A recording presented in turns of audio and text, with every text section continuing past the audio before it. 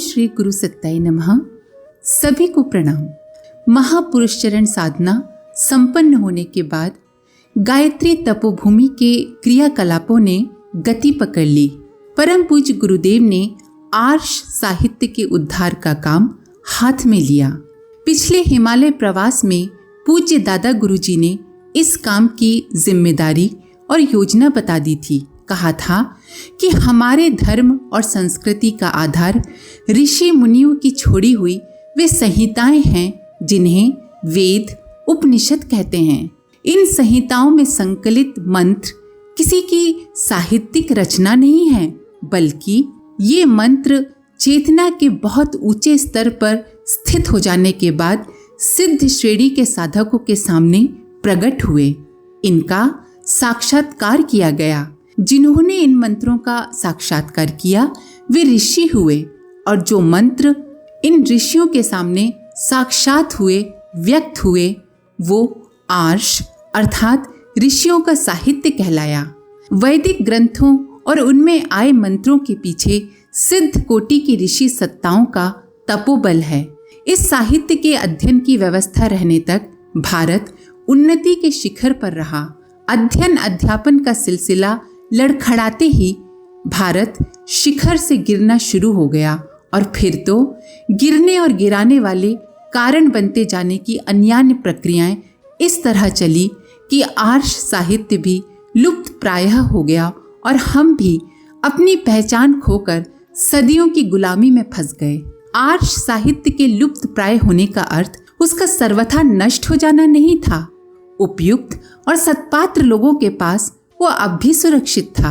पूज्य गुरुदेव बताया करते थे कि इन लोगों के पास ये साहित्य परंपरा से पहुंचा था।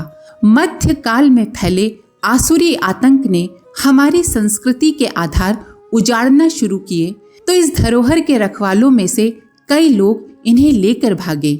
उन्होंने अपनी संपत्ति, घर परिवार और कुटुंबियों को खतरे में छोड़कर भी इस विरासत को बचाया। वाराणसी, प्रयाग, अवंतिका, नासिक, पुरी, कांची, रामेश्वर आदि तीर्थों में रहने वाले वैदिक विज्ञानों ने अपने और अपने परिवार के प्राण जोखिम में डालकर भी आर्ष साहित्य की रक्षा की। काशी के विद्वान रामेश्वर भट्ट का किस्सा मशहूर था। 16वीं शताब्दी में हुए इन विद्वान के समय में काशी पर हमला हुआ। बाहर मुगल आक्रमणकारियों ने उत्पात मचा रखा था। वे अब तब घर में घुसने ही वाले थे। घर के लोग जरूरी सामान बांधने लगे। भट्ट जी ने सामान बांधने की जगह ताड़पत्र पर लिखी संहिताओं की चिंता की और उन्हें सहेजने लगे। उन दिनों आक्रमणकारी विद्या विभूति और विद्या संपदा को एक साथ निशाना बनाते थे। धन दौलत लूटना तो दूसरे नंबर पर रहता था। पहला लक्ष्य होता था भारत की संस्कृति। वे भारतीय संस्कृति को पूरी तरह नष्ट भ्रष्ट कर डालना चाहते थे। सो भट्ट जी ने संस्कृति समेटी, उन्हें कंधे पर रखा और दूसरे हाथ से पत्नी बेटे को सहारा देकर हवेली के गुप्त रास्ते की तरफ गए। इसी बीच आतताई भीतर घुस आए। स्थिति ऐसी बनी कि वैदिक साहित्य की गठरी कंधे से उतार कर फेंकें और पत्नी और बच्चे को खींचते हुए सुरंग में घुस जाएं। किंतु रामेश्वर जी ने आर्ष ग्रंथ नहीं छोड़े। पत्नी बच्चे छूट गए और वे आतताइयों के हाथों मारे गए। रास्ते भर वे अपनी पत्नी और पुत्र पर क्या बीती होगी उसे सोच सोच कर रोते रहे, लेकिन उनकी बलि देकर आर्ष ग्रंथ बचा लेने पर संतोष भी अनुभव करते रहे। रामेश्वर भट्ट जी जैसे कई विद्वानों ने अपने प्रिय स्वजनों और पूर्वजों की कमाई का मोह छोड़कर वैदिक साहित्य की रक्षा की। पूज्य गुरुदेव कहा करते थे कि अगर इन मनस्वी बलिदानियों ने घर परिवार का मोह किया होता और आर्ष ग्रंथों की रक्षा नहीं करते तो हमारी संस्कृति पूर्ण रूप से नष्ट हो गई होती। इन्हीं लोगों की कृपा से कुछ प्राचीन स्थानों पर अध्ययन अध्यापन की परंपरा बची रह सकी, लेकिन वो गुरु ग्रहों से बाहर नहीं जा सकी। 19वीं सदी में स्वामी दयानंद ने एक नई शैली का प्रवर्तन किया। इस शैली में किए गए भाष्य समझने में ज्यादा सरल थे। बाद में श्री औरोबिंदो, कुमार स्वामी और सातवलेकर जी ने भी अलग अलग शैलियां अपनाई। पूज्य गुरुदेव को अपनी मार्गदर्शक सत्ता से निर्देश मिला था कि प्रचलित सभी शैलियों में समन्वय करते हुए संपूर्ण आर्ष साहित्य का अनुवाद और प्रकाशन किया जाए। कठिनाई ये थी कि चारों वेदों के पूरे संहिता पाठ भी कहीं एक जगह नहीं मिलते थे। पूज्य गुरुदेव ने वाराणसी, प्रयाग, नासिक, पुणे, द्वारिका, अवंतिका, नदिया आदि क्षेत्रों की यात्रा की। यहाँ विद्वानों के पास अलग अलग मंडल, अध्याय, प्रपाठ और कांडिका के रूप में आर्ष साहित्य था। उन सब को संकलित किया और क्रमबद्ध रूप दिया। उपनिषदों के संबंध में और भी कठिनाई आई। मार्गदर्शक सत्ता का निर्देश हुआ था कि 108 उपनिषद संकलित संपादित किए जाने हैं। समस्या ये थी कि 8-9 उपनिषदों के पाठ ही मिल रहे थे। बाकी के 100 उपनिषद कहाँ से संकलित किए जाए। बहुत ढूंढ खोज की गई तो ये संख्या 24 से आगे नहीं पहुंच सकी। पूज्य गुरुदेव ने जिन लोगों को अपना सहयोगी बनाया था उनमें विट्ठल चतुर्वेदी जी, द्वारका प्रसाद भारद्वाज जी और भारतीय योगी जी मुख्य थे।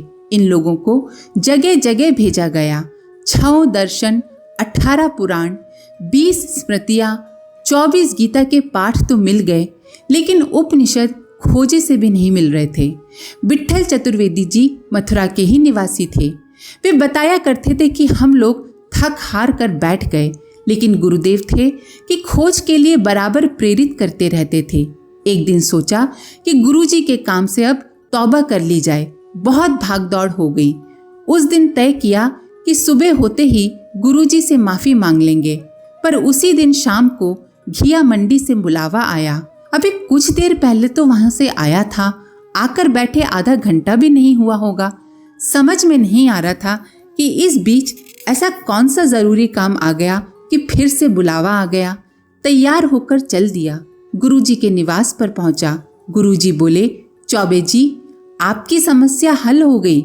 108 की जगह 146 उपनिषद मिल गए हैं।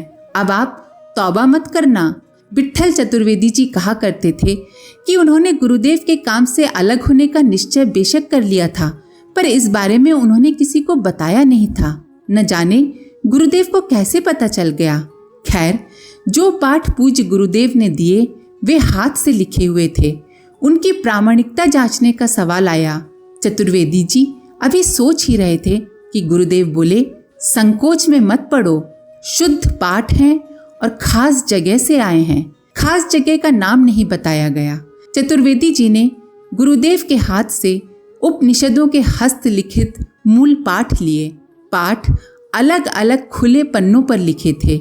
उन्हें न पिन किया गया था और ना ही वे पुस्तक या कॉपी की तरह सिले हुए थे। ढेर सारे पन्ने भगवा कपड़े में लिपटे हुए थे और बंडल एक डोरी से बंधा था। वही बंडल खोला और पन्ने पलटाए और देखकर चौंक गए। इन पन्नों पर तो जो लिखा था वो तो गुरुदेव की हस्तलिपि में था। गुरुदेव की हस्तलिपि चतुर्वेदी जी अच्छी तरह पहचानते थे। रोज कितने ही पन्ने और पत्र देखने में आते थे। चौंकने की वजह सिर्फ ये नहीं थी कि पाठ गुरुदेव की हस्तलिपि में था, बल्कि एक साथ कई कारण थे। गुरुदेव ने कब इसकी प्रतिलिपि तैयार की, कहाँ से की, और उनके पास कोई स्रोत था तो पहले क्यों नहीं बताया। इन सवालों का उत्तर जानने के लिए उन्होंने गुरुदेव से पूछा, ये पाठ कहाँ से मिले गुरुजी? पहले पता नहीं चला, बता दिया होता तो हम लोग नकल कर लेते। गुरुजी ने इतना ही कहा, ये नकल नहीं किए गए हैं, कहीं से मंगवाए गए हैं। चतुर्वेदी जी बोले, लेकिन ये लिखावट तो आपकी है। गुरुदेव बोले, अरे लिखावट को छोड़िए, इनसे आपका काम चल जाएगा ना। चतुर्वेदी जी ने हामी भरी, पर वे जब तक जिंदा रहे ताज्जुब करते रहे कि उपनिषदों के मूल पाठ कहाँ से आए थे और पूज्य गुरुदेव ने उनकी प्रतिलिपि कब तैयार कर ली थी। इस घटना के बाद सहयोगी के रूप में इस काम में हाथ बटा रहे विद्वानों को लगा कि वे लोग तो सिर्फ निमित्त मात्र हैं। ढूंढ खोज का काम तो पहले ही गुरुदेव द्वारा किया जा चुका था। संपूर्ण आर्ष वांग्मय जुटा लेने के बाद उन पर भाष्य लिखने के लिए एकांत की आवश्यकता थी। उन्हीं दिनों पूज्य गुरुदेव को हिमालय से फिर बुलावा आया। तपोभूमि में रह रहे कार्यकर्ताओं को लगा कि अब आर्ष साहित्य के उद्धार का काम अधूरा रह जाएगा। गुरुदेव हिमालय जा रहे हैं, पता नहीं कब लौटेंगे, 4-6 महीने तो लगेंगे ही, ज्यादा समय भी लग सकता है। उनके लौटने पर ही नए सिरे से काम शुरू होगा। एक कार्यकर्ता तो इस आशंका से इतने परेशान हो गए कि उन्होंने पूछ ही लिया, गुरुदेव वेदों का काम तो अब बीच में ही छूट जाएगा। पूज्य गुरुदेव ने उन कार्यकर्ता को आश्वस्त किया कि ये काम हमारी मार्गदर्शक सत्ता का है, उसे जिस तरह पूरा कराना होगा काम होगा, अधूरा छूटने की आशंका मत करो। पूज्य गुरुदेव हिमालय प्रवास की तैयारी करने लगे। इस बार शायद ज्यादा समय के लिए जाना था। पत्रिकाओं के लेखन संपादन, तपोभूमि की व्यवस्था, क्षेत्रों के कार्यक्रम, कार्यकर्ताओं का मार्गदर्शन और साधना प्रशिक्षण शिविरों का संचालन का दायित्व माताजी को सौंप दिया गया। आर्ष साहित्य के अब तक मिले मूल पाठ पूज्य गुरुदेव ने अपने साथ रख लिए। मथुरा से रवाना होने के बाद गुरुदेव का पहला पत्र हरिद्वार से आया। कुछ दिन वे तब सप्त सरोवर क्षेत्र में रहे। वहां से भेजे पत्र में उन्होंने लिखा कि अखंड ज्योति पत्रिका के लिए सामग्री, साहित्य की पांडुलिपियां और आवश्यक निर्देश नियमित रूप से मिलते रहेंगे। इस हिमालय यात्रा में उनका लेखन कार्य जारी रहना था। वे नियमित विषयों पर लिखने के अलावा डायरी भी लिखते थे। डायरी के कुछ पन्ने छपने के लिए मथुरा भेज दिए जाते। शुरू में कोई एक और फिर सुनसान के सहचर के नाम से डायरी के वे अंश अखंड ज्योति में छपे थे। उन दिनों छपे डायरी के अंश बाद में संपादित रूप में सुनसान के सहचर शीर्षक से पुस्तक रूप में भी छपे थे। लेकिन हिमालय प्रवास में पूज्य गुरुदेव का सबसे महत्वपूर्ण कार्य था आर्ष ग्रंथों का अनुवाद, संपादन और भाष्य। हरिद्वार से ही उन्होंने अनुवाद और भाष्य लिखकर भेजना शुरू कर दिया था। ये सिलसिला गंगोत्री तक चला। अपनी मार्गदर्शक सत्ता से मिलने जाने पर 8-10 दिन तक ये क्रम बंद रहा। वापस लौटे तो गंगोत्री से ही फिर प्रेस कॉपी भेजी जाने लगी। गुरुदेव जिस क्रम से भाष्य भेजते गए उसी क्रम से वो कंपोज होता रहा। छपाई का काम उनके लौटने के बाद ही शुरू हुआ। वे जब वापस आए तब उन्होंने खुद कंपोज की गई सामग्री के प्रूफ देखे, गलतियां ठीक कराईं और छपने के लिए हरी झंडी दिखाई। चारों वेदों का भाष्य जून 1961 में गायत्री जयंती के दिन प्रकाशित हुआ। उपनिषद और पुराण ग्रंथ बाद में छपे। पुराणों में थोड़ा समय लगा। पूज्य गुरुदेव कहा करते थे कि मध्यकाल के अंधकार युग में पुराणों के साथ सबसे ज्यादा खिलवाड़ हुआ है। कुछ स्वार्थी तत्वों ने अपना मतलब हल करने के लिए इनमें मनमाने किस्से जोड़ दिए और जोड़ते रहे। उस मिलावट से उन लोगों को अपने स्वार्थ के लिए शास्त्रीय समर्थन तो मिल गया, लेकिन पुराणों का जो उद्देश्य था वो धूमिल पड़ गया। इन मिलावटी अंशों को पहचानना, अलग करना और सर्वथा शुद्ध पाठ तैयार करना कठिन ही नहीं, अति दुष्कर कार्य था। पूज्य गुरुदेव ने इस कार्य को निपटाने में थोड़ा ही समय लिया। पुराणों के बाद 6 दर्शन, 20 स्मृतियां और 24 गीताओं का काम हाथ में लिया। इन ग्रंथों को सहज गति से पढ़ने में जितना समय लगता है उतने समय में पूज्य गुरुदेव ने इनका संपादन और प्रकाशन संभव कर दिया।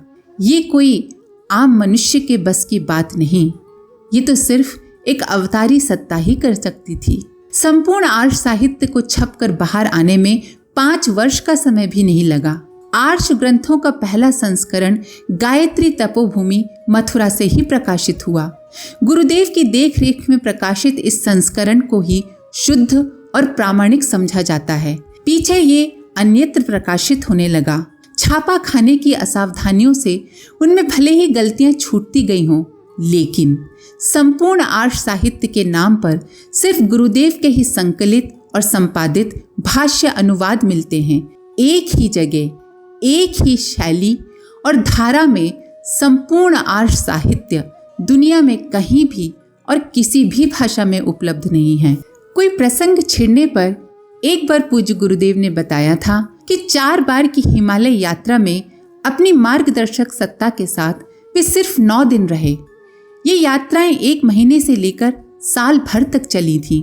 पूज्य गुरुदेव के अनुसार हर यात्रा में वे मात्र 2 या 3 दिन ही अपने गुरु के पास रहे। बाकी समय उनके सानिध्य से प्राप्त हुई आत्मिक ऊर्जा को आत्मसात करने के लिए विभिन्न साधनाओं में लगाना पड़ा। देश भर में गायत्री यज्ञों और युग निर्माण सम्मेलनों की श्रृंखला, गायत्री उपासना का प्रचार, संस्कारों का फिर से प्रचलन, बिना दान दहेज के आदर्श विवाहों को प्रोत्साहन, युग परिवर्तन के लिए अनुकूल वातावरण बनाने के उद्देश्य से सामूहिक उपासना, अनुष्ठान, गायत्री परिवार का विस्तार और नव युग सृजन के लिए उपयुक्त प्राणवान परिजनों का संगठन खड़ा करने जैसे दायित्व गुरुदेव की मार्गदर्शक सत्ता ने उन्हें सौंपे। इन कार्यों के अलावा युग साहित्य का सृजन और विचार क्रांति अभियान का प्रवर्तन और संचालन नियमित क्रियाकलापों के अंतर्गत ही आते थे। ये कार्य 10 वर्ष में संपन्न कर देने का निर्देश भी लगे हाथों दे दिया गया। 10 वर्ष में संगठन खड़ा करना और उसकी बागडोर समर्थ सुयोग्य उत्तराधिकारियों को सौंपकर आगे बताई जाने वाली साधनाओं में लगने की तैयारी भी साथ ही साथ करनी थी। तीसरे अज्ञातवास से लौटने के बाद विचार क्रांति अभियान की योजना बनी। 3 साल पहले हुए सहस्त्र कुंडीय गायत्री महायज्ञ में जो लोग आए थे उनसे कहा गया कि अपने यहाँ शाखा संगठन खड़ा करें। ये संगठन अपने यहाँ 5, 9 या 11 कुंडीय गायत्री यज्ञों की रूपरेखा बनाए। यज्ञों में आने के लिए कम से कम 1000 लोगों को तैयार किया जाए। आयोजन कम से कम 4 दिन तक चले। इनमें 3 दिन नैतिक, बौद्धिक और सामाजिक क्रांतियों की रूपरेखा समझाने के लिए हो। तीनों क्रांतियों की प्रेरणा भरने और कार्य पद्धति समझाने वाले संगीत और प्रवचन कार्यक्रम रखे जाएं। आखिरी दिन यज्ञ भगवान की साक्षी में व्रत धारण करने के लिए कहा जाए। व्रत धारण की प्रक्रिया में एक अच्छाई ग्रहण करने और एक बुराई छोड़ने के लिए कहा जाए। विचार क्रांति या नैतिक, बौद्धिक और सामाजिक क्रांति अथवा युग निर्माण आंदोलन का स्वरूप समझाने के लिए बड़ी मात्रा में साहित्य तैयार किया जाना था। ये समय साध्य कार्य था। आरंभ तुरंत ही किया जाना था। इसीलिए अज्ञातवास से लौटने पर पूज्य गुरुदेव ने युग निर्माण सत्संकल्प की घोषणा की। 18 सूत्रों का ये संकल्प गायत्री परिवार के प्रत्येक कार्यक्रम में दोहराया जाता है। इन सूत्रों में नए युग की स्थापनाओं और विशेषताओं को मंत्र की तरह गूंथा गया है। आज के लिए इतना ही। अपने विचार कमेंट बॉक्स में जरूर लिखें। आप सभी का धन्यवाद। ओम शांति। हमारे YouTube चैनल को सब्सक्राइब करें और बेल आइकन को दबाकर ऑल पर क्लिक करें ताकि आने वाले सभी वीडियोस की नोटिफिकेशन आपको मिलती रहे।